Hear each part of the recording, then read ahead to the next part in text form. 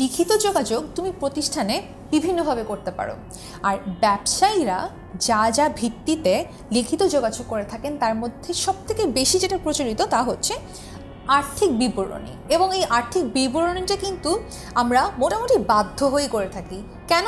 Because এটা আমাদের কোম্পানির লতে বলা আছে এবং আমাদের যারা শেয়ার হোল্ডার থাকে, শেয়ার হোল্ডারদের একটা ডিম্যান্ড যে যাতে করে আমি আমার ফাইন্যান্সিয়াল স্টেটমেন্টটাকে অ্যানুয়াল রিপোর্টের মাধ্যমে পাবলিশ করি। এটা একটা বলতে পারো এক রকমের পাবলিশড রিপোর্ট। এই পাবলিশড রিপোর্টটা যেহেতু আমি পাবলিশ করেই ফেলছি এটা আমার ম্যাস কমিউনিকেশনের জন্য করা হয়। এটা একটা লিখিত যোগাযোগের প্রধান মাধ্যম। Second, email. তুমি যখন কারোর সাথে যোগাযোগ করতে চাচ্ছ, সেটা যদি হয়ে থাকে এমন কেউ যার ফোন নাম্বার তোমার কাছে নেই কিন্তু তার অফিসিয়াল অ্যাড্রেস আছে, তার একটা কার্ড আছে, তুমি কিন্তু তার ইমেলের মাধ্যমে তাকে সরাসরি মেইল করে তোমার চাহিদা জানিয়ে দিতে পারো। অনেক সময় এরকম হয় যদি কারোর সাথে আমাদের সরাসরি পরিচয় না থাকে, আমরা তার সাথে ইমেলের মাধ্যমে কন্ট্যাক্ট করতে স্বাচ্ছন্দ্য বোধ করি। Website very important. তুমি তোমার ব্যবসায় সম্পর্কে সব কিছুই ওয়েবসাইটে তুলে ধরো, যেটা কিনা অ্যানুয়াল রিপোর্টে আমরা করে থাকি, সেটারই একটা ফরম্যাট হচ্ছে ওয়েবসাইট।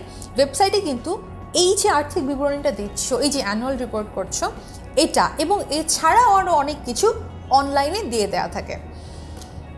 মেমোরেন্ডাম অফ অ্যাসোসিয়েশন এবং আর্টিকেলস অফ অ্যাসোসিয়েশন, এই দুইটা আর্টিকেল আমার ব্যবসায়ের ক্ষেত্রে লিখিত যোগাযোগের প্রথম মাধ্যম। এই দুটো ছাড়া যেহেতু আমার ব্যবসায় চলতে পারে না, ব্যবসা শুরুই হয় না, ইনফ্যাক্ট এই দুটার মাধ্যমে আমার ব্যবসায়িক যোগাযোগের সূত্রপাত হয়। এই দুটার মাধ্যমে ব্যবসায় গড়ে ওঠে এবং এর ফলে ব্যবসায়িক যোগাযোগটা শুরু হয়। ফর্ম বা মেমো, তুমি যখন কোনো একটা বিক্রেতাকে কোনো কিছুর জন্য অর্ডার প্লেস করছো, কোনো একটা সাপ্লাইজ তোমার প্রয়োজন, কোনো একটা কাঁচা মাল তোমার লাগবে, সেই কাঁচা মালের জন্য তাকে যখন ফরমাইশ দাও, ফরমাইশের ওয়েটা হচ্ছে ক্যাটালগ দেয়া, ফরমাইশপত্র দেয়া, অর্ডার প্লেসমেন্ট, এটার জন্য আমরা মেমো ব্যবহার করে থাকি। আর এটা ছিল ব্যবসায়িক যোগাযোগের লিখিত মাধ্যম।